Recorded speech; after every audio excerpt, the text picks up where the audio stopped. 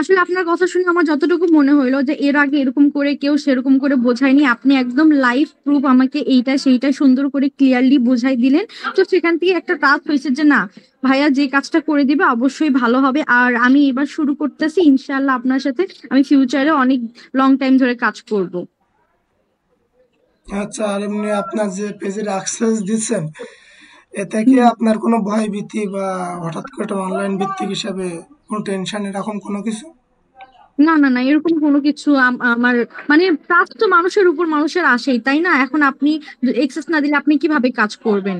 আর এই বিষয়ে কোনো ভয় নাই যে একটা মানুষের উপর মানুষের একটা বিশ্বাস হয় যে না, ভাইয়াকে দিচ্ছি, ভাইয়া অবশ্যই পেজের হেলথ সবকিছু ভালো যেটা হবে সেটা ভাইয়া করে দিবেন। জি, জি, ধন্যবাদ। তাহলে ঠিক আছে আপু, আপনি অ্যাক্সেসটা সবকিছু কমপ্লিট করেন।